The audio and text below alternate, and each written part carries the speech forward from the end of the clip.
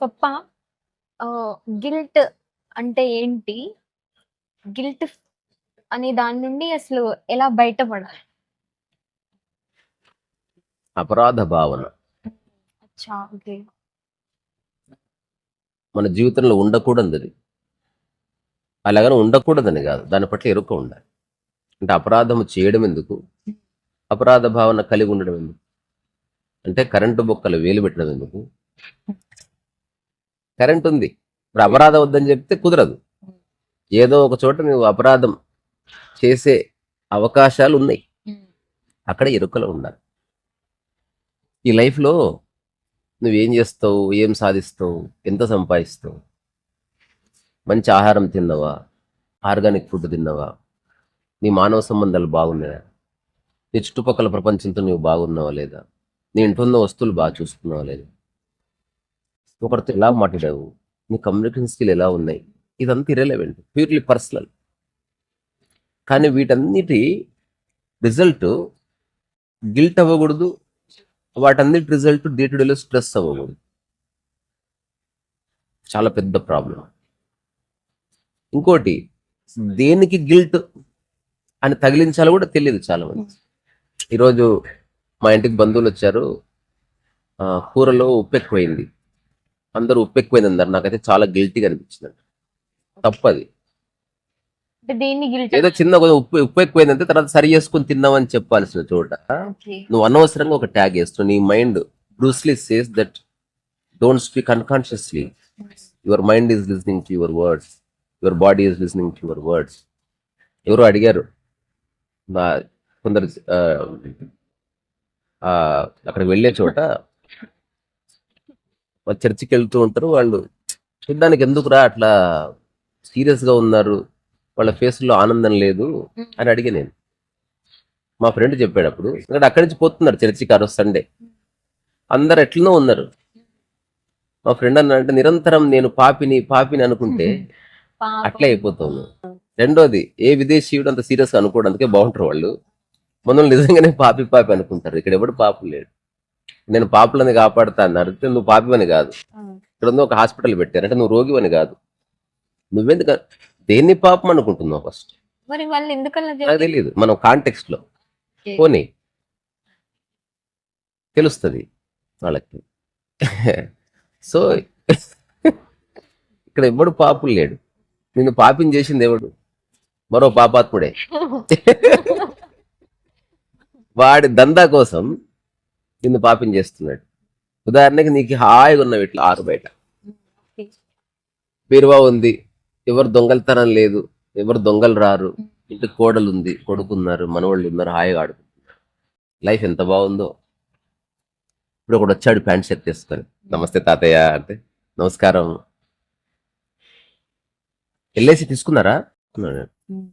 ఎందుకు బేటా, మాకు మంచిగా ఏ పుట్టుకున్న ఏమైనా తెచ్చిరనుకో పైసలు వస్తాయి, పైసలు ఏ పెట్టినావు అంటే అట్లనే బీరువాళ్ళు ఎత్తుకుపోతారు. మంచి వాళ్ళు కాదు. మొన్న కోడలు మొత్తం ఎత్తుకపోయిందంట పైసలు, నీకు తెలియదా? కోడలు ఇంట్లో బంగారం గింగారం తండ్రి పడుకుంటే అర్ధరాత్రి లేచి రాయితో కొట్టి సర్ఫ్ తీసుకోపోయింది. మీ కోడలు అట్లా అంటదని అంటలే నేను, కానీ కేర్ఫుల్గా ఉండాలి. ఇప్పుడు నెక్స్ట్ డౌట్ వచ్చింది, అంతవరకు ఏ డౌట్ రాలే. కోడలు బీరువా తెరిచింది, బీరువా తెరిచింది, డౌట్ వచ్చింది, చూస్తా ఉన్నాడు. ఇప్పుడు కోడలు డౌట్ వచ్చింది, వీడిని ఇట్లా చూస్తున్నాడు అని. ఎప్పుడు చూడండి ఒకసారి లాకేసుకున్నాడు, మా మమ్మీ మీద కోపం వచ్చింది, తర్వాత అది ఇల్లు చీలిపోయే వరకు వచ్చింది. ఫైనల్ నువ్వు చెప్పింది కరెక్ట్ రా, ఇప్పుడు ఏం చేయాలంటే లాకర్ ఉంటది, ఎంత అంటే నెలకు 5,000 కడితే బంగారం సేఫ్ ఉంటుంది, అట్లా వాడు 5,000 సంపాదించుకోవడానికి. ఇదే జరుగుతుంది ఎప్పుడు, ఇదే. ఇప్పుడు HDFC లో అకౌంట్ తీసినాం, పైసలు ఎవరు? 25,000 ఖచ్చితంగా ఇవ్వాలని, వాడికి ఎందుకు ఇవ్వాలి మనం చెప్పి. కానీ అట్లా 25 ఎన్ని వేల మంది తీసుకుంటారు, అన్ని 25,000 రూపాయలు వాడి అకౌంట్ లో ఎప్పుడు ఉంటున్నాయి బతుకు, వాడి వడ్డీతో బతికేస్తారు కదా. మనం లేదు, ఏ బ్యాంకు పోయినా అంతే. ఇంకా కొన్ని బ్యాంకుల్లో కొంచెం ఎక్కువ ఉంటుంది, ₹1,00,000 2 లక్షలు ఉంటుంది మినిమం బ్యాలెన్స్. నీదంతరా? మీది 2,500 అంటే సాడ్ ఫేస్ పెడితే తక్కువ తీసుకుంటారు అట్లా. ఇప్పుడు నేను ఫోన్లో మాట్లాడితే కార్లు వస్తే చూసిరు అప్పుడే, కథం నీకు ఎక్కువ పైసలు వేసారు, అందుకని నడుచుకుంటూ పోదామని చెప్పిన నీకు. ఇట్లా చినిగిపోయిన బట్టలు వేసుకొని పోతే పాపం బీదోళ్ళని అప్పుడు సరే. మన కాంటెక్స్ట్ ఏంది, గిల్ట్ అనేది ఎప్పుడు నీ మాటల్లో తగిలించకూడదు.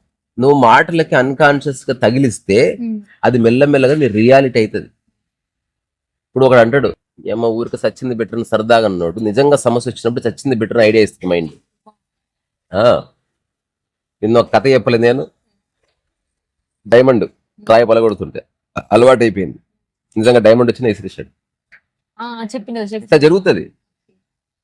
సో ఇది ఒక ఆటోమోటివ్ మెకానిజం, అంటే తెలియకుండానే ఒక ప్యాటర్న్ అడాప్ట్ చేసుకుంటా ఉంటుంది మైండ్ అండ్ బాడీ. ఇప్పుడు నువ్వు రోజు ఒకలా కూర్చుంటే అట్లా కూర్చుంటేనే బాడీ హాయిగా ఉంటుంది. యోగా ఎందుకు చేయమంటారు, ఎట్లా కూర్చున్నా హాయిగా ఉంటుంది, అంటే ప్యాటర్న్ ని ఫాలో అవుతూ you are breaking the pattern. అట్లా ఒక ఓపెన్ మైండ్ ఎందుకు, ఒక మెడిటేషన్ ఎందుకు చేస్తున్నావు అంటే నేను ఆలోచించగలను, అట్లా ఆలోచనని చూడగలను కూడా, అంటే నువ్వు ప్యాటర్న్ ని బ్రేక్ చేయడానికి నువ్వు ఒక ప్యాటర్న్ క్రియేట్ చేసుకున్నావు. సో నేను లైఫ్ లో ఫ్రీగా ఉండాలనుకుంటున్నా అని ఇంట్లో లాకేసుకుంటున్నావు, అంటే ఫ్రీడమ్ అంటున్నావు మళ్ళీ లాకేసుకుంటున్నావు, బట్ నీ ప్యాటర్న్ నువ్వే బ్రేక్ చేసుకుంటున్నావు, మళ్ళీ బ్రేక్ చేసుకుని మళ్ళీ ఇంకో ప్యాటర్న్ క్రియేట్ చేసుకుంటున్నావు. ఈ ప్రకృతి అంతా ప్యాటర్న్స్ ఉంది, ఈ ప్రకృతిలో నువ్వు ఒక భాగం, నువ్వు అవునన్నా కాదన్నా. ఇక్కడ ఎవడు క్రిస్టియన్ లేడు, ముస్లిం లేడు, ఎవడు లేడు, అదంతా చాలా నేరో మైండెడ్నెస్. అలెన్ వాట్స్ చెప్తాడు, బిగ్ బ్యాంగ్ ఫస్ట్ టైం ఇట్లా బోమని వెళ్ళింది, ఇట్లా వెళ్తే కొన్ని లక్షల కోట్ల ఇట్లా కణాలు ఇట్లా ఓపెన్ అయింది. బిగ్ బ్యాంగ్ అంటే మొట్టమొదటి సృష్టి ఆరంభం బిగ్ బ్యాంగ్ ద్వారా, అంటే ఒక పెద్ద విస్ఫోటనం జరిగిందని చెప్తారు. పప్ అని పేలింది ఒకటి, పేలగానే ఇట్లా ఇట్లా వాటర్ పోస్తే ఎట్లయితే ఇట్లా వాటర్ పోయిరా. బిగ్ బ్యాంగ్ అంటే ఇది కింద కింద అది బిగ్ బ్యాంగ్. ఇప్పుడు ఇది ఇట్లా అయిన తర్వాత ఒక్కొక్క చుక్క ఉందా, ఇది ఇదంతా ఒక్కొక్క ప్లానెట్, అక్కడ ఒక చుక్క ఉందా, అది నీవు అన్నమాట. అంటే ఈ బిగ్ బ్యాంగ్ యొక్క ఒకానొక ఎవల్యూషన్ నీవు. ఒకానొకప్పుడు ప్రకృతిలో ఒక అవిచ్ఛిన్నం, ఒక విస్ఫోటనం జరిగితే ఆ విస్ఫోటనం, ఉదాహరణకి మీ తాత, ఆ తాత విస్ఫోటనమే కదా నువ్వు, అట్లా. అంటే చండాలంగా ఉంది అనుకుంటే ఓకే, తాత మన వంశం అనుకుంటే బాగుడు, విస్ఫోటనం బాలేదు కాదు. ప్రకృతిలో ఏవేని రెండు కలిసినప్పుడు హఠాత్తుగా బ్లాస్ట్ అవుతుంది, అది నేచర్ లో ఉన్నది, ఏదో ఉన్నది, దానికి కారణం అంటూ ఏముండదు. ఇప్పుడు బిగ్ బ్యాంగ్ తర్వాత ప్రకృతి వచ్చి అంటారు. మన భారతీయ ఆధ్యాత్మిక శాస్త్రం ఏం చెప్తుంది, బిగ్ బ్యాంగ్ లేనప్పుడు ఉన్నది ప్రకృతి అంటది. ఆ ప్రకృతి బిగ్ బ్యాంగ్ ని క్రియేట్ చేసింది, ఆ బిగ్ బ్యాంగ్ మళ్ళీ తిరిగి ప్రకృతిని సృష్టించుకుంది. ఇదొక ప్యాటర్న్. మన మోడర్న్ సైన్స్ బిగ్ బ్యాంగ్ నుంచి ఆలోచిస్తున్నారు. తర్వాత ఎవరన్నా చదువుకోవాలనుకుంటే ఉన్నదాని నుంచే, ఎవరు కలిపే వాళ్ళు ఎవరు ఉంటారు, రెండు కలిసాయి, లేదా ఒకనొక రెండు కలవాల్సిన అవసరం కూడా లేదు. ఉదాహరణకి మొబైల్ పేలుతుంది, పక్కన ఏమైనా బాంబు పెట్టావా, వాతావరణం వల్ల పేరు లేదా, అట్లా కూడా పేలుతుంది. ఒత్తిడి వల్ల ఒక్కోసారి విమానం పేలిపోయిన సందర్భాలు ఉంది, క్యాబిన్ ప్రెషర్ వల్ల. అబ్సల్యూట్లీ. సో హిగ్స్ బోసాన్ అని ఒకటి ఒక ప్రయోగం జరిగింది. ఆ ప్రయోగంలో చాలా విషయాలు బయటకు వచ్చాయి అనమాట. సో ఆ హిగ్స్ బోసాన్ లో, ఆ బోస్ అనేవాడు ఇండియనే, బోసాన్ దాని పేరు. ఆ బోస్ అనే వ్యక్తి నుంచి బోసాన్ అని పెట్టారు. హిగ్స్ అండ్ బోస్ ఇద్దరు కలిసి పెడితే హిగ్స్ బోసాన్ థియరీ అని పెట్టాడు దాన్ని. ఎప్పుడన్నా దాని మీద ఒక చిన్న టాక్ చేద్దామంటే చేద్దాం ఎలాబొరేట్. అంటే మన భూమి మీద ఒక పెద్ద ల్యాబొరేటరీ తయారు చేసి, ఒకప్పుడు బిగ్ బ్యాంగ్ ఉన్నప్పుడు ఇలాంటి వాతావరణము, ఎట్లాంటి అట్మాస్ఫియరిక్ కండిషన్ ఉందో అట్లాంటిది తయారు చేసి, ఒకవేళ విస్ఫోటనం జరిగితే ఆ విస్ఫోటనం ఎంత వేగంగా జరుగుతుంది, అప్పుడు దాని కాంతి ఎట్లా ఉంటది, దాని నుంచి బయటకు వచ్చిన మాలిక్యూల్స్ ఎట్లా ఉంటాయి, వాటి ద్వారానే ఎర్త్ తయారైంది, అంగారగ్రహం తయారైంది. ఈ మొత్తం లోపల ఎర్త్ ఏదైతే ఉందో అది వెల్ బ్యాలెన్స్డ్ అట్మాస్ఫియర్ లో ఉంది. ఇది ఎగ్జాంపుల్ ఎట్లా చెప్పొచ్చు, ఫ్యాన్ అక్కడ ఉంది, ఫ్యాన్ కి దగ్గర ఉంటే నువ్వు తట్టుకోలేదు, ఫ్యాన్ కి దూరం ఉంటే గాలి రాదు, నువ్వు ఒక దగ్గర అడ్జస్ట్ అయి ఉంటావు చూడు, అదే ఎర్త్ అన్నమాట. అది అనుకోకుండా ఎర్త్ ఈ మొత్తం స్పేస్ లో ఒక చోట వచ్చి రాగానే అది జీవం పుట్టించడానికి అనువుగా ఉన్నది. అట్లా ఉదాహరణకి ఫ్యాన్ దగ్గరికి వెళ్ళినావు, నీ దమాకు పనిచేయదు, పాటలు వస్తలేవు. దూరం వెళ్ళినావు, మొత్తం చెమట చెమట, గాలి వస్తలేదు. కరెక్ట్ మధ్యలో అటు ఇటు కూర్చుంటే ఇట్లా మంచి కూర్చుంది, హాయిగా అనిపించింది, అట్లా జీవం పుట్టింది. అంటే కరెక్ట్ వాతావరణంలో యూ యూ స్టార్ట్ లివింగ్. అట్లా ఎర్త్ అనేది కరెక్ట్ గా ఫిక్స్ అయ్యి అక్కడ జీవం పుట్టింది. ఆ జీవం యొక్క ఒకనొక ఎక్స్టెన్షన్ నీవు నేను. మనిషిలో నేను ఈ కులము నేను ఆ కులం అనేది ఎంత మూర్ఖత్వం అంటే అది. నువ్వు ఓన్లీ అది మన ప్రపంచపరంగా ఆ కులం అండి నాది, కానీ లోపల తెలుసుకో ఈ కులము దైవ కులము. నువ్వు చాలా గొప్ప పరంపరకు చెందినవాడు. ఆ పరంపర మనిషి సృష్టి కాదు. సో అట్లా నువ్వు అర్థం చేసుకున్నప్పుడు తప్పులు ఎక్కడివి జర చెప్పు. అంటే నువ్వు తక్కువ కులం ఇది అన్నప్పుడు ఎంత బాధ అనిపిస్తుంది. అదే అంటుందా, నువ్వు రియలైజ్ అవ్వాల్సింది అదే. అందుకే ఎప్పుడు నీవు నీ ఇల్లు మీ ఇంట్లో వాళ్ళ ఫేసులు వాళ్ళ ఎక్స్ప్రెషన్లు కాకుండా ఒక్కసారి come out in the open. ఒక్కసారి ప్రకృతిని చూడు, ఒక్కసారి విమానంలో ఎక్కువ మార్నింగ్ టైం ఎక్కితే ఒక్కసారి లాంగ్ షాట్ లో టేక్ ఆఫ్ అవుతుంటే చూడు. అసలు ఎన్ని నదులు ఉన్నాయి, ఎంత వాటర్ ఉంది, ఎంత లష్ గ్రీనరీ ఉంది, ఎన్ని పక్షులు ఉన్నాయి, ఎన్ని కొండలు ఉన్నాయి, ఎన్ని గుట్టలు ఉన్నాయి, ఎన్ని అందాలు ఉన్నాయి. ఆకాశం ఎంత అద్భుతంగా ఉంటది. మనకు ఇంట్లో ఇల్లే ఇంకా పరిచయం కాలే, మనకు అపరిచితం ఉన్న ఎంత ఉన్నది అసలు. మరి మైండ్ అందులో ఇరుక్కుపోతుంది. మైండ్ అంటేనే నేరో అని. మైండ్ ఒకటి గుర్తుపెట్టుకో, ఇప్పుడు నా ఇల్లు అన్నది నీ ఆలోచన ఉంది కదా, తర్వాత నా ఊరు అన్నది ఒక ఆలోచన ఉంది కదా, నా భర్త ఒక ఆలోచన ఉంది, ఇది నా శరీరము అన్నది ఒక ఆలోచన ఉంది, ఇది నేను రాసిన పుస్తకం ఒక ఆలోచన. ఇప్పుడు ఈ నా కట్ చేసిన వాళ్ళు పుస్తకం ఉన్నది, ఇల్లు ఇల్లుగా ఉన్నది, నా పోయింది. అప్పుడు నీకు మైండ్ లేనట్టే. కొన్ని విషయాల్లో నా అవసరం లేదా, మాట వరుసకే ఏది నీది కాదని తెలుసుకో. మాట వరుసకి ఉన్నంత కాలం అంటే చెప్తే కదా ఇది కులం నాదే అని చెప్పు. నన్ను ఎవడంటే నేను బ్రాహ్మణని చెప్తాను, మీ సొంత ఊరు అంటే అచ్చంపేట అని చెప్తాను, కానీ ఆ ఊరితో వాడికి ప్రేమ ఉంది. అన్ని ఊర్లు నావే. నేను ఆ అచ్చంపేట అనేది పోతే నాకు ఏం మజా రాదు, చిరాకు దొబ్బుతుంది. అనుకోకుండా అక్కడ పుట్టామంతే మనం. దాంతో ఏ అటాచ్మెంట్ లేదు, దేంతోనూ అటాచ్మెంట్ లేదు. ఏముంది అక్కడ? అన్క్రియేటివ్ ప్లేస్ అది. సో ఇప్పుడు ఇది ఇది మా ఊరు ఎందుకు కాదు? బిగ్ బ్యాంగ్ ప్రకారం చూస్తే భూమి ఒకటి, ఆ సమస్త భూమి ఈ విశ్వంలో ఒకటి, విశ్వం యొక్క ఒకానొక అంశది. ఈ విశ్వంలో కోటాను కోట్ల గ్యాలక్సీలు ఉన్నాయి. సో వాటి వారసుడు నువ్వు ఆఫ్టర్ 100 గజాల ప్లాట్ చూస్తూ మురిసిపోతున్నావు. నీవు ఎటువంటి వారసత్వం కలిగిన వాడివి. ఇది ఎట్లా ఉందంటే రాజు కొడుకు రాజ్యాన్ని వదిలేసి ఏదో చిన్న చిప్పుతో ఫైటింగ్ చేసినట్టుంది అట్లా. సో ఈ గిల్ట్ ఎందుకు వస్తుంది? ఈ అన్కాన్షియస్ బిహేవియర్ వల్ల, జీవితాన్ని సరిగ్గా అర్థం చేసుకోకపోవడం వల్ల, ఊరికే మాట్లాడుతూ తప్పులు ఆపాదించుకోవడం వల్ల, ఇప్పుడు ఉదాహరణకు చిన్న దానికి చిర్రెత్తిపోవడం వల్ల ఏదన్నా ఇట్లా అన్నారు ఒక మాట అనగానే ఇంకా ఇప్పటి నుంచి నేను నీకోసం ఏం చేయను అనేస్తారు. అంటే ఇంటాలరెన్స్ బిహేవియర్ వల్ల అసలు నీ దగ్గరకు వచ్చినందుకు నా చెప్పు తీసుకుని నేనే కొట్టుకోవాలి, ఇట్లా మాట్లాడుకుంటారు. నువ్వు సరదాగా అనుకో, but don't take that serious. ఏదో ఒక సినిమా డైలాగ్ లాగా ఎప్పుడన్నా ఒక 2-3 మధ్యన ఎవరన్నా రెచ్చగొట్టడానికి నీకు టైం పాస్ కాకపోతే అను, కానీ జెన్యూన్ గా నువ్వు అనుకోకూడదు. ఇప్పుడు నీతో మాట్లాడినందుకు నా మోహం మీద నేనే ఉమ్మేసుకోవాలంట. ఇట్లాంటివన్నీ వినున్నాం. ఈ ఇంట్లో ఉండే వాళ్ళు సచ్చింది మేలు అంటాడు ఒకడు. ఇవన్నీ అనుకోకూడదు ఎప్పుడు. వీటి వల్ల నీ మైండ్లో నెగిటివిటీ స్టార్ట్ అయింది. యు స్టార్ట్ సీయింగ్, అంటే అద్భుతమైన అడవిలా నువ్వు ముళ్ళ చెట్లే చూస్తావు, ఇంకా నీకు వేరేవి కనబడు. ఒక తాగుబోతాడు ఎక్కడికి పోయినా బార్ అండ్ రెస్టారెంట్ చూస్తాడు. ఆ ఊర్లో మ్యూజియం ఉన్న సంబంధం లేదు, పార్క్ ఉన్న సంబంధం లేదు. న్యూయార్క్ చాలా పెద్ద సిటీ, కళ్ళు కాంపౌండ్ ఉంటుందా? ఉండదు, అయితే వద్దు. అమ్మ ఏ పక్కన ఏదైంది అట్లా. అంటే వాడి మైండ్ కళ్ళు కాంపౌండ్ న్యారో మైండ్ అయిపోయింది. సో ఇప్పుడు ఓపెన్ మైండ్ అనుకో, ఊర్లో కళ్ళు ఉంటే దావతో బాయ్ సాబ్, లేకపోయినా ఏం కాదు, ఊరు చూద్దాం ఇట్లా ఉండాలి. అంటే ఒక ఓపెన్ మైండ్తో లైఫ్ని ఎంక్వైరీ చేయాలి. అందుకని ఎవరు తప్పు చేస్తున్నారు, ఎవరు ఒప్పు చేస్తున్నారో ఎవరికి తెలియదు. కానీ తప్పులు మంచి చెడులు ఎట్లా చెప్పుకోవచ్చు అంటే, ఏదన్నా తింటే నీ శరీరానికి హాని అవుతుందా అది అవాయిడ్ చేయి. ఒకవేళ అయినా తిన్నవా దాని ఫలితాన్ని అంగీకరించు, తద్వారా గిల్ట్ లేదు. ఇప్పుడు చాలా మంది పెరగన్నం వేసుకొని పిసుకొని తింటారు, దానివల్ల ఏదో డ్యామేజ్ అవుతుండొచ్చు.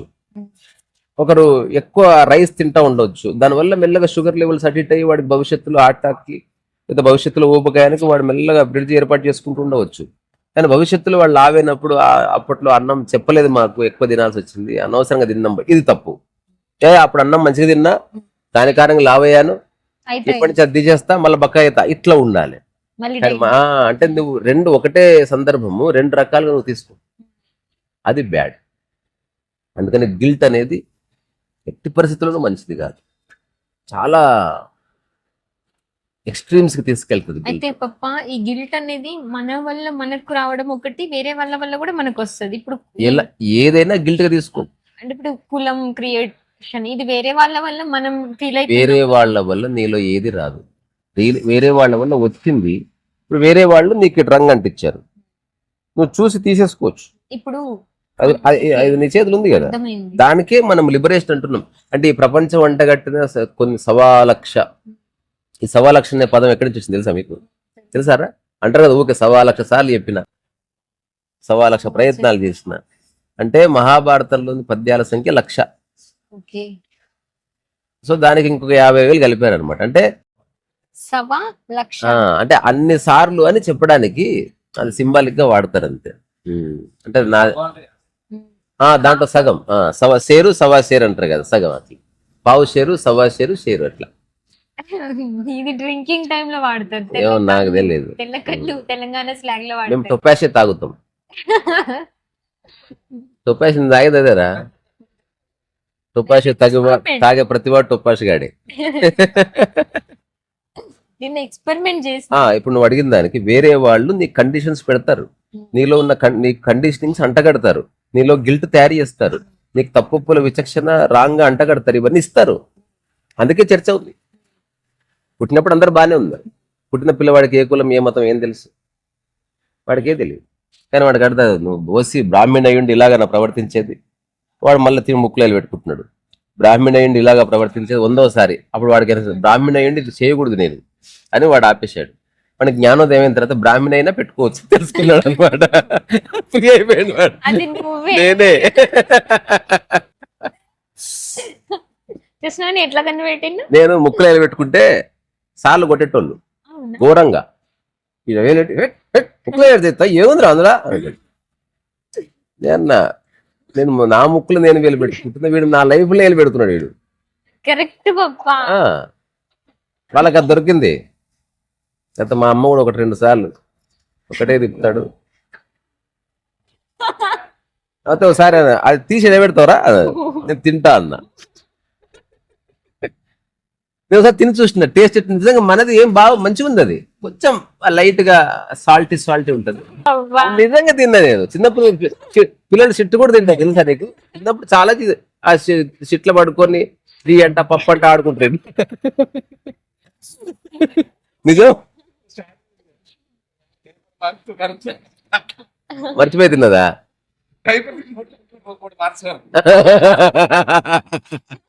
అట్లా అయితే నిజంగా లైఫ్ అనేది అర్థమైతే అంత రసము కిందికి మారుతుంది. సో ప్రతిదీ రసము, ప్రతి దాంట్లో గంధము, నీకు తప్పులు ఉండవు అస్సలు. అంటే అది అన్ని చోట్ల ఉండదు, అది ఉండదు నిజము. అట్లా ఆ ఉన్మత్త స్థితిలోకి రావాలి. ఎప్పుడు భయపడుతూ ఇది తప్పు అది తప్పు అది ముట్టుకో, ఒక రోజు అన్ని వదిలేయాలి. అలెన్ వాట్స్ అనేటువంటి అట్లీస్ట్ రోజులో 1/2 అవర్ అన్నా మైండ్లెస్ గా బతుకు.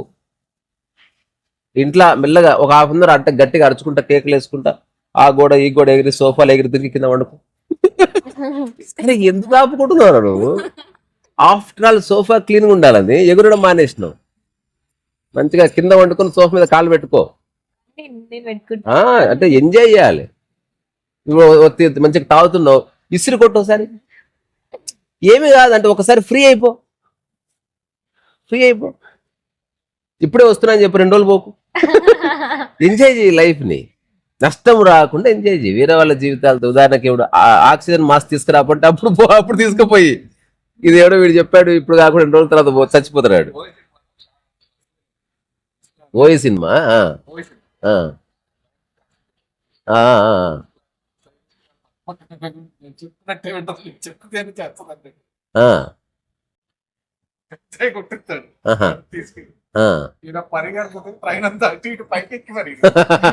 ఓహో, హీరో అట్లా గంజాయి కొట్టిస్తాడు. అవునవును, ఒకసారి రూల్స్ బ్రేక్ చేస్తే సరిపోతుంది. ఆల్వేస్ రూల్స్ ప్యాటర్న్ ని బ్రేక్ చేయాలి. రూల్స్ అంటే మళ్ళీ ఈ చట్టంలో ఉన్న రూల్స్ కాదు, వేరే వాడి కార్ ఎక్కుతా దాని మీద పోస్తా అట్లా కాదు. నీ లైఫ్ లో చిన్న చిన్న ప్యాటర్న్స్ పెట్టుకున్నావు. ఏందది? నేను రాత్రి 9 గంటల పడుకోకపోతే నాకు చిరాకు దొరుకుతుంది, ఓ రోజు పడుకోకు. దాన్ని కూడా బ్రేక్ చేయి. ఎట్లా ఉన్నా పీస్ఫుల్ ఉండడం అనేది ఒకటి ఉంది, అక్కడికి రావాలి. పొద్దున్న లేస్తే నాకు భలే ఉంటుంది, లేకపోయినా బాగుంటది. ఎందుకు అనవసరం కండిషన్ పెట్టావు నీకు నువ్వు? ఒకరోజు లేవచ్చే అవకాశం రాలేదు, ఆ రోజంతా గిల్ట్తో చస్తావు. నాకు తెలిసిన ఒక ఆవిడ పొద్దున లేచి 4:30కు స్నానం చేయకపోతే నాకు ఒళ్ళు చిట పెడుతుందమ్మా అని చెప్పేది. ఆమె ఒక లాస్ట్ సమయంలో ఘోరమైన అనారోగ్యం వచ్చింది. ఆ 11-12 రోజులు షీ వాజ్ బెడ్ రిడెన్. అసలు ఆ ఒక్క థాట్తో చచ్చిపోయింది ఆ పిచ్చిముండ. ఆ ఒక్క థాట్. అంటే నేను స్నానం చేయలేదు, 4 అయింది, లేవలేకపోతున్నా అమ్మగారు. అరే ఇన్ని సంవత్సరాలు స్నానం చేసినావు, ఎన్ని నీళ్లు వేస్ట్ చేసినావు, ఏమన్నా జాతికి ఉపయోగం ఉందా నీ వల్ల? ఇంకోటి రుద్ది ఏమన్నా ఐశ్వర్య అయినవా? అదే ఫేసు, అదే అది, ఏముంది అక్కడ? వేస్ట్. నువ్వేదన్నా ఒక మహాభారతం అంటే గ్రంథం రాస్తున్నావు పొద్దున్న లేచి, అప్పుడు నేను ఫ్రెష్గా ఉండాలి. అట్లా అమ్మ నువ్వు చేసే ఈ పనికి మాలిన పనికి జస్ట్ ఒక బట్ట తడిపి ఇట్లా పిండి ఇట్లా అంతా బాడీకి అనుకుంటే అయిపోతుంది. నెలకు ఒక్కసారి అభ్యంగ స్నానం చేయి, బాత్కతం. అట్లా సంవత్సరానికి ఒకసారి చెరువులో దుంకు, బాయిలో దుంకు, బాత్కతం. కానీ నీ ఒక్కడే నేను చిన్న షార్ట్ చూసిన, వాడు చూస్తే నీళ్ళు ఇట్లా కదలకుండా ఫ్రెష్గా ఉంటే నీళ్ళు ఇట్లా చేయి ఇట్లా పెడతాడు, వీడు వచ్చి స్నానం చేస్తా అనుకుంటాడు. వాడు వచ్చేసరికి స్విమ్మింగ్ పూల్ నీళ్ళన్నీ ఖాళీ చేస్తారు క్లీన్ చేయడానికి, వాడు వచ్చి డైరెక్ట్ దుంకుతాడు. నువ్వు సరిగ్గా చూసుకోవాలి. ఎప్పుడు నమ్మకు. సాటి మనిషి మంచోడని చెడ్డోడని కాదు, ఎప్పుడు ఎరుకలేనే ఉండు. నేను అందుకే ఎప్పుడు చెప్తాను, నేను పులితో ఉంటే ఎట్లుంటారో నేను మనుషులతో ఉంటే నేను ఇవ్వండి నమ్మా, ఎప్పటిదప్పుడే నాకు. అందుకని ఎవరు పెట్టుకుంటున్నారు నియమాలు? సమాజం ఇచ్చిన కండిషనింగ్స్ ఓకే, నీకు నువ్వు ఎన్ని కండిషనింగ్స్ క్రియేట్ చేసుకున్నావు? చాలా దారుణం అది. ఆ కండిషన్స్ ని బ్రేక్ చేసినప్పుడు గిల్ట్ వస్తుంది. అందుకని కొంచెం అరే మనిషిని రా డాడీ, కొంచెం అడిక్ట్ అవుతుంది. ఏంది ఇప్పుడు ఇబ్బంది అయిందా? సారీరా, కొంచెం హ్యూమిలిటీ. సారీ చెప్పి బయటకు వచ్చేసి చక్కగా అరే తెలియక చేసిన, తెలిసి చేస్తే ఇంకా అయిపోయి సారీ లేదు, బొంగు లేదు. అప్పుడు తెలిసే సారీ చెప్పు, ఒక డ్రామానే అంతటి బాగా అయింది వాడికి అంటే చెప్పు. సో ఎంజాయ్ చేయి. రెండిట్లో క్లారిటీ ఉంది కదా. ఇప్పుడు తెలియక చేస్తే తెలియక చేశాను రా, అట్లేం తెలిసే చేసావు, కావాలనే కాలు దొక్కావు, ఇష్టం దొక్కావు. చూడలేదు సారీ అని తర్వాత ఇట్లా నడుచుకుంటే హీరోలు అంటారు ఇట్లా అంటే మధ్య మధ్య చెడాయించాలి. నొప్పి అవుతుందా బాగా, అనవసరంగా దొక్కిందా, సారీ అట్లా లోపట సార్ ఖాళీ కదా కొడుకుది. ఇప్పుడు సినిమాలో క్యారెక్టర్స్ ఏవి కదా, కమిటీ కదా సీల్ అంతా చేసేది. ఇప్పుడు ఇదేంది తెలిసి చేస్తే అట్లా. సో గిల్ట్ అనేది, ఇప్పుడు నేను నా గురించి చెప్పుకుంటాను, నాకు గిల్ట్ లేదు, కానీ నేను తప్పులు చేస్తాను, ఒక్కోసారి చేస్తాను. ఒప్పేసుకొని నేను ఫ్రీ హాయిగా హుందాగా చక్కగా ఒప్పుకోవాలి. You are not perfect. Guilt వల్ల అంటే బాడీ మీద ఇంపాక్ట్ ఉంటుంది, 100% ఉంటుంది. మైండ్ దొబ్బితే బాడీ కూడా దొబ్బుతుంది, డైరెక్ట్ ఇంపాక్ట్ ఉంటుంది. నేను ఇంకా ఒక రహస్యం చెప్తా, ఆకలి అయితే తినేవాడు ఆరోగ్యంగా ఉంటాడు, ఆ తినే ఆహారాన్ని మైండ్తో కొలుస్తాడు చూడు, వాడి లోపల అనారోగ్యం ఎంత బాడీ అనేది భయపడుతుంది. వీడు ఇంత జడ్జ్ చేస్తున్నాడు, వామ్మో ఏమనుకుంటాడు, ఎవ్రీథింగ్. ఇదంతా ఒక సజీవంగా ఉన్న ఒకనొక వ్యవస్థ. ఇది నువ్వు దాన్ని డిస్టర్బ్ చేయ. చాలా మంది ఏదో గ్రేట్ అనుకుంటారు, ఏదో రోజు నీ కాళ్ళు ఇట్లా వంకర అవుతాయి, నీ ఈపు ఇట్లా వంగిపోతుంది, అప్పుడు నువ్వు చెప్పిందంతా నీకే వర్తించదు. అందుకని ఏ రోజు ఆ రోజు ఒక్కటి, నీ వల్ల ఎవరికి ఫిజికల్ గా సైకలాజికల్ ఇబ్బంది లేకుండా చూసుకో, నీ వల్ల నీకు కొంచెం ఇబ్బంది లేకుండా చూసుకో, హాయిగా ఉంటాను ట్రై చేయి. దాంతోపాటు నీకు కొన్ని ధర్మాలు ఉన్నాయి. కుటుంబ ధర్మం అయితే కూరగాయలు గిరియాలు తీసుకురా, సామాజిక ధర్మం అయితే ఉద్యోగం చేసుకో, తర్వాత సామాజిక ధర్మం రోడ్ల మీద చెత్తకి తెయ్యకు. తర్వాత వ్యక్తిగత ధర్మం ఉంది, ఓ 2 నిమిషాలు యోగా చేసుకో, అదొక సినిమా చూసుకో, అట్లా ఓ స్నానం చేసుకో. ఇంతకు మించి లైఫ్ ఏమనుందా? సరే నువ్వు పుట్టిన సందర్భాన్ని బట్టి నీ ధర్మాలు మారుతాయి. అంబానీ ఇంట్లో పుడితే నీ ధర్మాలు కొంచెం ఒక పెద్ద కంపెనీ చూసుకోవాలి, నువ్వేం చూసుకునేది ఏముండదు. ఇప్పుడు మనం ఎంత ఫ్రీగా ఉన్నామో వాళ్ళంతే ఫ్రీగా ఉంటారు. కాబట్టి ఈ మీటింగ్ బదులు ఎలా ఉంది కంపెనీ, ఓకే ఎంత వచ్చింది చూడడం, ఒకసారి చూసి నాకు చెప్పు, అంత ఓకే అంటే సంతకం, అట్లా ఉంటుంది. అట్లా నువ్వు లైఫ్ని లీడ్ చేయాలి, ఆస్వాదించాలి. ఈ లైఫ్ ఒక పనిష్మెంట్ కాదు, లైఫ్ ఒక సమస్య కాదు, లైఫ్ మ్యాథమెటిక్స్ కాదు, లైఫ్ ఒక పోయిట్రీ, లైఫ్ ఒక ప్రవాహం. అట్లా లైఫ్ జిలేబీ, ఆస్వాదించు. అట్లీస్ట్ మిగతా వాళ్ళ సంగతి నాకు తెలియదు. ఓకే పాప, అయితే ఏదైతే తప్పు జరిగింది అనుకున్నా, అది మళ్ళీ మళ్ళీ గుర్తొస్తుంది అనుకున్నా, దాన్ని ఎలా మర్చిపోవడం? మర్చిపోవడం కాదు, యాక్సెప్ట్. నవ్వుకో. First of all Okay. మనల్ని చూసి మనం నవ్వుకోవాలి. నువ్వు ఎవరు, ఏమన్నా దైవాంశ సంభూతుడివా? అందరు చేస్తారు. ఒకవేళ నిజానికి చెప్తే నువ్వన్న యాంగిల్లో అసలు తప్పనేది లేదు అని అంటున్నా. ఒకవేళ ఉంది, ఈ వేరే వాళ్ళకి ఇబ్బంది అవుతుందని గుర్తిస్తే సారీ చెప్పు, దూరం జరుగు. అది నువ్వు చేయవలసింది. ఓ మిగతావి చాలా దూరం. ఉదాహరణకు నేను ఇట్లా గట్టిగా పాటలు పక్కన వేరే వాడు వాళ్ళకి ఇబ్బంది లేదు. వాడికి గట్టిగా వాడికి కూడా వినిపిస్తుంది. You are insensitive. వాడికి వినిపించిన ఏం కాదు ఫస్ట్ నీ సరే సార్ ఏమన్నా కొంచెం పెట్టుకుంటే బాధ పెద్దగా పర్వాలేదా? ప్రాబ్లం. కొంచెం తగ్గిడు సార్, నాది వాక్మేను, ఎట్ట తగ్గిస్తా, దూరం కూర్చోపా అన్న, ఇది బల్బ్, ఇది కొంచెం ఇది ఓకేనా? రైట్, ఓకే, లైఫ్ కంటిన్యూ, బాగుందిగా. ఎదుటికి ఇబ్బంది లేకపోతే అదే నువ్వు చేయవలసింది. నువ్వు చేసే పరమోత్కృష్ట కర్తవ్యము ధర్మం ఈ భూమి మీద ఏమి లేదు. పక్క వాడికి నీ వల్ల ఇబ్బంది లేకుండా బతుకు చాలు. అదే 10,000. నువ్వు పీకి రకరకాల కట్టెలు కట్టి పెండ్లాన్ని ఇబ్బంది పెడితే ఏం బతుకురా అనేది? బయట అందరికి గొప్ప గొప్ప లెసన్ చెప్పి మీ పిల్లవాడు తక్కువ మార్కులు తెచ్చుకుంటే గుమ్మ గుమ్మ గుద్దుతీవి. నువ్వు మనిషివేనారా అసలు? దుర్మార్గుడా. అమ్మ ఫోన్ చేసి చిరాకు పడుతుంది, ఏం మనిషిరా నువ్వు? Be humble. నాకు ఓపిక లేదు, రేపు మాట్లాడతా. నువ్వేమి వాళ్ళకి రత్నాలు బంగారాలు ఇవ్వాల్సిన అవసరం లేదు. నేను ఉన్నానన్న ఒక భరోసా. అలాగని ఆ ఫాల్స్ హోప్ ఏమి ఇయ్యకు. నేను ఉన్నాను, అడుగు ₹1,00,00,000 అట్లేం లేదు. నేను ఉన్నాను, పక్కన ఉంటాను అంతవరకు. లైఫ్లో ఇప్పుడు అందరూ పేరెంట్స్ చెప్పే లాస్ట్ లాజిక్ ఇది ముగిస్తా చెప్పి, మేము మాకు చదివే మేము చక్కగా చదువుకోవాలి, నువ్వన్నా చదువుకో అంటారు. నువ్వెందుకు చదువుకోవాలి? వాడి భవిష్యత్తులో వాడి పిల్లలకు ఆ మాట చెప్పుకునే అవకాశం నీయవా? వాడు బాగా చదువుకున్నాడు అనుకో, వాడికి చెప్పడానికి ఏమీ లేదు. అందుకని నేను కూడా చదువుకోలేకపోయినా మా నాన్న చదువుకుని, నువ్వు కూడా ట్రై చేయరా. నువ్వేమో మంచిగా ఎంజాయ్ చేస్తావు, వాడికి అవకాశాన్ని ఇవ్వవు. ఇదేం చేస్తున్నావు?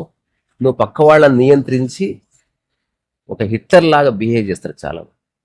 ఎవరైతే కంట్రోల్ చేస్తారో పక్కవాడు, వాడిలో ఒక నియంత ఉన్నాడు. ఎవరైతే పక్క వాళ్ళ కండిషన్స్ పెడతారో, ఈరోజు నా పాడ్కాస్ట్కి పోస్ట్ కార్డ్ యాక్చువల్గా నేను కంటెంట్ ఇదే. ఒక చిన్న ప్రశ్న అడగాల అనుకున్నా నేను.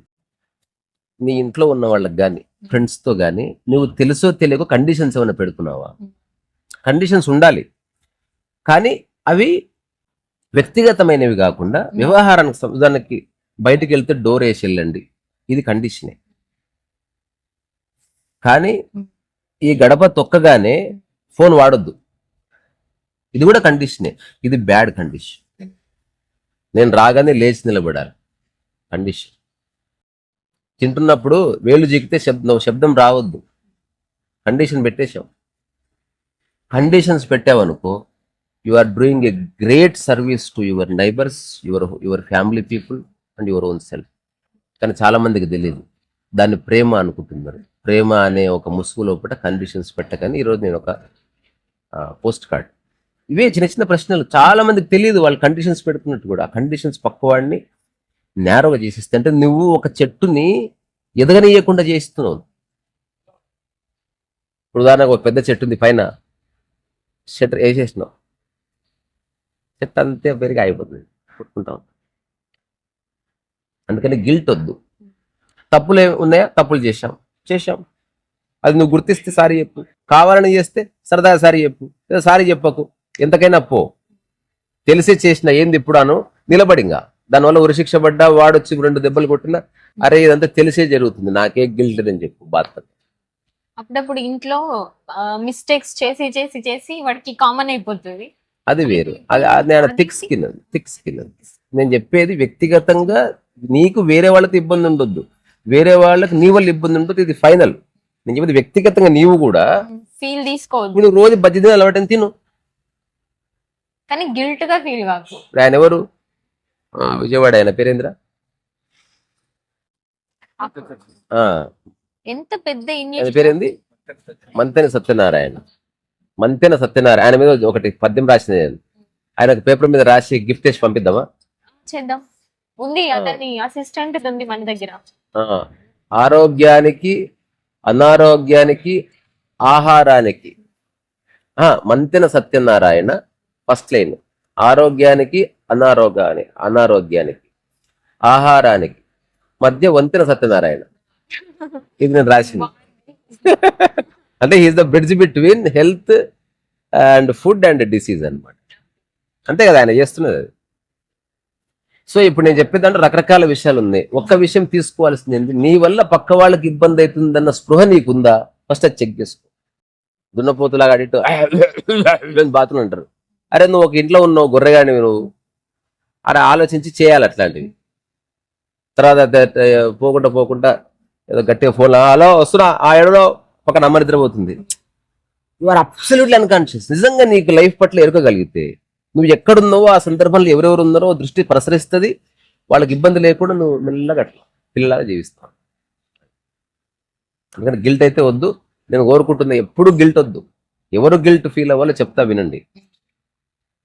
ఆ ట్విన్ టవర్స్ ని కూల్ చేసిన ఒసామా బిన్ లాడెన్, లేకపోతే కొన్ని లక్షల మంది మరణానికి ఆ చిన్నమిన్ టవర్ లో జరిగిన తొక్కిసలాట కారణమైన ఒక కృపాటికి, లేకపోతే కొన్ని వేల మందిని చంపిన మావో జెడాంగ్, లేకపోతే ఈ దేశాన్ని విభజించినప్పుడు మత కల్లోలాల్లో కూడా కావాలని టైర్లు గీర్లు వేసి చంపేసిన వ్యక్తులు వాళ్ళు, ఢిల్లీ రాయట్స్ జరిగినప్పుడు సిక్కులను ఊచకొత్త కోసిర్రు, వాళ్ళ మెడల్లో టైర్లు వేసి అంటూ పెట్టేసారు, చేతులు కట్టేసి. అట్లాంటి వాడు గిల్ట్ ఫీల్ కావాలి. నేను కడ్రాయరు ఏమంటారు దాన్ని తిరగలు కాకుండా మరగలేసిన నాకు చాలా గిల్టీగా ఉంది, ఇట్లాంటి ఒక అవసరం లేదు. నేను ఈరోజు నూనె అది ఎక్కువ పోపేయలేదు, అసలు పోపేయ చారులో అసలు పోపేయలేదు, మర్చిపోయాను. ఈరోజు నాకు చాలా గిల్టీగా ఉంది. మా ఆయన మర్చిపోయి బాడుకోవనేసింది నాకు చాలా. అట్లా అంత అవసరం లేదు. చాలా మంది ఇప్పుడు గర్ల్ ఫ్రెండ్ ని వాళ్ళ ఫ్యామిలీకి తెలియకుండా బయటకు తీసుకెళ్తే అప్పుడు గిల్టీ ఫీల్ కావాలి. ఎందుకు అవసరం లేదు అస్సలు. దేనికి అది అది జీవితం మూలం రాదు బాబు. అది ఒక టైంలో అమ్మ నాయన కూడా వదిలేసి ఎందుకు పోతారు తెలుసా? ఆ టైంలో అమ్మాయి కావాలి, అమ్మ అవసరం లేదు. ఈ తల్లిదండ్రులకు బుద్ధి ఉండదు కాబట్టి అవసరంగా పోరాడతారు, నేను గ్రేటా నా భార్య గ్రేట్. ఇప్పుడు నా భార్య గ్రేట్, 3 years తర్వాత నువ్వే గ్రేట్ పోని చెప్పి. ఇంకోటి దీని తర్వాత డైలాగ్ ఉంది, ఆఫ్టర్ 10 years ఇద్దరు గ్రేట్ కాదు, నేను గ్రేట్. ఇప్పుడు చెప్పేది అంటే ఓకే బాబా, నాకు అర్థమైంది. సరే వాళ్ళు ఏదో అన్నారు అయిపోయింది, కానీ మీరు ఎంజాయ్ చేసినావు కదా, హ్యాపీగా ఫీల్ అయిపోయారు కదా. నువ్వు మన మానవ మాతృడివి. నిజానికి నేనే పేరెంట్ అయితే నేను మా అబ్బాయిని పిలుస్తా, ఇంటికి రండి బాబు, చక్కగా ఎక్కడో తిరిగి ఏం లాభం, ఎండకపోతారు ఏదో తింటారు అంటే నీ రీజన్ చెప్పు. ఊరికే జస్ట్ పచ్చడిలాగా చూస్తున్నావా దీన్ని, అంటే నాకు పోదామని చూస్తున్నావా? నీ ఉద్దేశం ఏంది చెప్పు. నిజంగా అడిగితే ఓపెన్ అవుతారు. లేదంకుల్ జస్ట్ ఫ్రెండ్స్ అంటే ఓకే, లేదంకుల్ నాకు ఇష్టం అంటే మరి మీ పేరెంట్స్ ఒప్పుకుంటారా? పోనీ ఎవరు ఒప్పుకోపోతే నా సొంతంగా బతకగలరు? ఎవరు మాట్లాడట్లే, అందరూ కత్తులు కట్టారులు పిచ్చిముండు అడుగులు. మంచిగా అడగాలి నువ్వు, గుచ్చుకో ఇగో వీళ్ళిద్దరు ఇష్టపడుతున్నట్టు ముందే ఆదిలోనే. ఇప్పుడు మనం వద్దన్న ప్రేమించుకుందాం అనుకో, మనం ఏం చేద్దాం చెప్పండి? వద్దన్న వాళ్ళే సపోర్ట్ చేస్తారని వాళ్ళు ఎక్స్పెక్ట్ చేయరు కదా. చంపేసుకుంటా. నిన్న సినిమా చూసిన, మన నీకు కూడా చెప్పినది, కర్తవ్య అని. అది ఒక పంజాబ్ లో పల్లెటూరులో ఉన్న ఒక చిన్న స్టోరీ. అక్కడ ఎలా అంటే ఒక కులపోడిని ఒక వేరే కులం అమ్మాయి చేసుకున్నందుకు చంపేస్తారు అంతే. ఆ హీరో వాళ్ళ తమ్ముడు నిజంగా ఒక అమ్మాయితో ప్రేమ అవుతుంది వాళ్ళు కూడా అనుకుంటారు, కానీ వాడు అనుకుంటాడు ఎవరో ఒక నన్ను కాపాడతారని. చివరికి ఊళ్ళందరూ చంపేస్తారు. వాడు తండ్రే చంపుతాడు పోయి, నాకు పరువు ముఖ్యమని. ఇది ఎంత చెప్పినా వాళ్ళందరూ చెప్తారు, పోలీస్ ఆఫీసర్ ఇది తప్పు నాన్న, ఇది అంటే ఏ లోకంలో బతుకుతున్నారు మీరు? తుమ్మ హట్రే సాలే తుమ్మ, నీకు ఏం తెలియదు మన ఊరి ఆచార్య. ఒకటి చంపుకోవడం ఆచారమా? కాదు. ఆ తర్వాత ఒకసారి ఈ కొడుకు వచ్చి చెప్తాడు లాస్ట్ సీన్, పప్ప మే ఆప్సే మాఫీ చాలా, నేను క్షమాపణ కొడుతున్నాడు. ఏమైందంటే నిజమే ఈ ఊర్లో ఉండి ఈ ఊరి సంస్కృతి అర్థం చేసుకోలేకపోయినా, అట్లా బయటకు వెళ్దాం. బయటకు వెళ్ళిన తర్వాత నిలబెట్టి ఇది కూడా చంపడం కరెక్ట్ అనిపిస్తుంది కానీ చంపేస్తాడు. మన కారు వచ్చింది, నా కారు ఎవరెవరో వేసుకొని తిరుగుతుంది. అంటే ఆ కారు చూపిరా ఒకసారి చెప్దాం. ఆ కారు సెకండ్ హ్యాండ్ లో నాకు కావాలి, తక్కువ ధరకి, ఎక్కువ డబ్బులు లేవు నా దగ్గర. అక్కడ కనిపించే కారు నాకు చాలా నచ్చింది, సిటీలో వేసుకుని తిరగడానికి. నేను కొత్త కారు పొందలేదు, అంత స్తోమత నాకు లేదు. సో ఎవరి దగ్గర సెకండ్ హ్యాండ్ కారు ఉంటే నాకు ఇవ్వండి. ఉన్నవాళ్ళు నేను ఎక్కువ డబ్బులు ఇవ్వలేను, ఒక 5-6 పెయింటింగ్స్ ఇచ్చి ఒక కారు ఏదన్నా కొన్ని డబ్బులు ఇస్తా. అంటే మరి మార్కెట్ రేట్ అట్లయితే నేను సెట్టే కాను. నా లైఫ్ లోకి వచ్చినవి ఏవి అట్లా డిస్కస్ చేసినవి కాదు, ఇల్లుతో సహా. ఏదో కొంచెం అటు ఇటు కొంచెం అటు ఇటు అట్లా నాకు కావాలి. అట్లా ఎవరికన్నా ఉంటే నాకు ఇవ్వండి, నేను హోండా యాక్టివా తీసేసి దీంట్లో నేను సిటీ అంతా చెక్కలు కొడదాం అనుకుంటున్నాను. పర్వాలేదు, జస్ట్ ఇంజన్ బాగుండి నాకు సొట్టలు పడ్డా పర్వాలేదు. ఓ ఇటుపక్క సొట్ట పడ్డది అనుకో, ఇటుపక్క కొట్టిన బ్యాలెన్స్ అయిపోయింది. మీరు ఆర్టిస్ట్. బ్యాలెన్స్. అటుపక్క అద్దం విరిగిపోయింది, ఇటుపక్క అద్దం ఇట్లా ఇట్లా ఇట్లా ఊగులాడుతూ ఉంటాం కొన్నిసార్లు చెవులాగా. అటుపక్క ఊగులాడితే ఇట్లా కారు పోతా ఉంటే అవుతుంది. అట్లా ఐ మీన్ ఇట్. నిజంగా ఎవరి దగ్గర ఉంటే నాకు చెప్పండి. I really want to have one. Okay. అంటే నేను లగ్జరీ కోసం కాదు, నాకు అది నచ్చింది. ఈ సిటీలో చిన్న చిన్న Beach గల్లీల్లో ఉంటాయి కదా. అట్లా ఇప్పుడు కేపీఎన్కి వెళ్తాం, లోపలికి వేసుకెళ్ళొచ్చు. చార్లీ చాప్లిన్ ఒక సినిమాలో లగ్జరీ గురించి చెప్తాడు, భలే ఉంటుంది. అంటే లగ్జరీ ఎలా ఉంటదంటే నిద్ర లేస్తాడు, లేచిన తర్వాత ఇట్లా లేస్తానే కిటికీ ఉంటది, ఆ కిటికీ దగ్గరకు ఇట్లా చిటికేస్తే ఒక బర్రె వచ్చి ఆగుతుంది. ఓకే. ఇట్లా బర్రెని అని ఇట్లా గ్లాస్ పెడితే దాంట్లో పాలు వస్తాయి. ఇట్లా తాగిన తర్వాత ఇట్లా లేస్తానే ఒక చిన్నది ఇట్లా ఉంటది, ఒక వెహికల్ లాంటిది. దాని లోపల ఎట్లా బాత్రూమ్ దగ్గరికి వెళ్ళిన తర్వాత అటు వెళ్ళగానే షవర్ స్టార్ట్ అయిపోతుంది. అదే ఇట్లా బయటికి రాగానే ఇట్లా ఇట్లా బట్టలు వేసుకుని ఇట్లా చేయబెడితే మంచి పండు అంటుంది, ఇట్లా తినుకుంటే వెళ్ళిపోతా. అది లగ్జరీ. అట్లా జీవించాలని ట్రై చేస్తున్నాడు మనిషి. అక్కడనే నౌకర్లు చాకర్లు వచ్చిర్రు. కానీ ఇప్పుడు నౌకర్లు చాకర్లు బేసికల్ గా మనకు అనుకున్నట్టు పని చేయరు, వాళ్ళకి నచ్చినట్టు పని చేస్తారు. మనం వెయిట్ చేయాలి ఘోరంగా. 7 వరకే డ్రైవింగ్ చేస్తా. రావు గారు నా డ్రైవర్ 7 వరకే ఉంటాడు.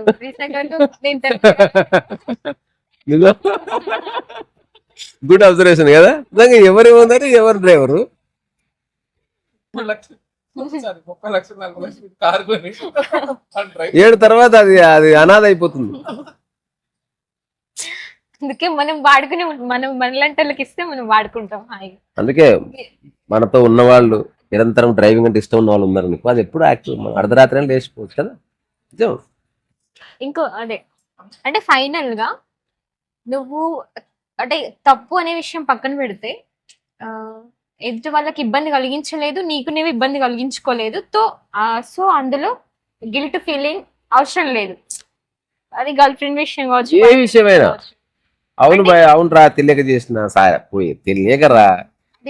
ఎక్స్ట్రీమ్ కాకుండా నార్మల్ గా జస్ట్ స్పెండ్ చేసినాం, జస్ట్ కాఫీ తాగినాం, ఏదైనా కావచ్చు. తప్పులైతే చేయలేదు, ఓకే. గిల్ట్ ఫీల్ కావచ్చు. తప్పే కూడా ఎవరు నిర్ణయిస్తున్నారు? నేనైతే ఎప్పుడు అట్లా అనలేదు. గొప్ప. అదే ఆ ఫిలిం గురించి నువ్వు చెప్పిన చూసినావా, లాస్ట్ లో అతను చెప్పేసారు. ఆ పేరెంట్ ఉన్న వాళ్ళు ఓకే గానీ నువ్వు నాకు మేము మాత్రమే హ్యాపీ గొప్ప. ఇప్పుడు నేను నిజంగా ఎప్పుడు అనుకుంటా, నా పక్కన బాలు గాని మా అమ్మ గాని నా వల్ల ఇబ్బంది ఉండకుండా చూస్తాను. నేను ఎంత కేర్ఫుల్గా ఉంటా అంటే నిద్రపోయినా లేపు. నేను ఎప్పుడో ఒకసారి చాలా మనసు చంపుకొని కొన్నిసార్లు నేను కదిలిస్తా మనిషిని. అదే I want to leave a person. అంటే వాడు ఒక చెట్టులాగా ఎదగాలి, ఆ మనిషి అట్లా ఎవరు. ఇప్పుడు నేను అట్లే ఉన్నా. నన్ను ఎవరెవరు నాకు సలహాలు ఇచ్చారో వాళ్ళందరూ వదిలేసి నేను వాళ్ళకి తెలియని కూడా తెలియదు, వాళ్ళకి నేను టాటా బాయ్ చెప్పేసిన అని. అందులో బంధువులు ఉన్నారు, శ్రేయోభిలాషులు ఉన్నారు, చాలా మంది ఉన్నారు. ఎవరెవరైతే నన్ను ఇట్లా తీర్చిదిద్దాలని ట్రై చేసిండ్రో వాడే బాలేడు, వాడేంది నన్ను తీర్చిదిద్దేది. అవసరం లేదు నాకు ఆ కండిషన్. ఫ్రెండ్షిప్ చాలు, హాయ్ హలో బాత్ కథం హోగయా. నాకేమన్నా కావాల్సి అడుగుతాగా, అవకాశం ఇవ్వాలి. అందుకని దయచేసి గిల్ట్ వద్దు. మేకప్ లోనే ఉంటుంది. అవును, ఈ నగలను గిల్ట్ నగలు ఎందుకంటారా?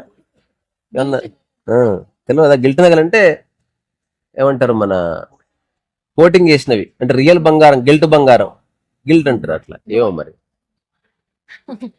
గిల్ట్ కూడా మనం నిజంగా గిల్ట్ అవ్వాల్సింది దేనికో తెలుసా? హాయిగా బతకకుండా పిచ్చి వేషాలు వేస్తున్నావు, దానికి గిల్ట్ అవ్వాలి. నువ్వు ఒక నిజంగా ఫీల్ అవ్వాలంటే అది నిజంగా మంచి జన్మ తీసుకున్నా, మంచి కాళ్ళు చేతులు కళ్ళు అన్నీ ఉన్నాయి, వీటితో పిచ్చి పనులు చేస్తున్నాను, గొడవ పడుతున్నా, అటు గిల్ట్. హాయిగా ఉండాలి. You are here to be happy, not lazy. ఫ్యామిలీలో గొడవలు ఇవన్నీ ఎందుకు అని గిల్ట్ గా ఫీల్ కావాలి. ఎదగని మనస్సులు అవి, అంతే, అంతకుమించి ఏం లేదు. రెండోది ఆయిల్ తప్ప ఇంకో ఇల్లు లేదు. వాళ్ళు తప్ప వేరే వాళ్ళు మూతి పని రాలకూడదు గొడవ పడితే. అందుకని ఆటలు సాగుతాయి. ఫ్యామిలీ బాండింగ్ పాడింగా పాడా. సరే బాయ్.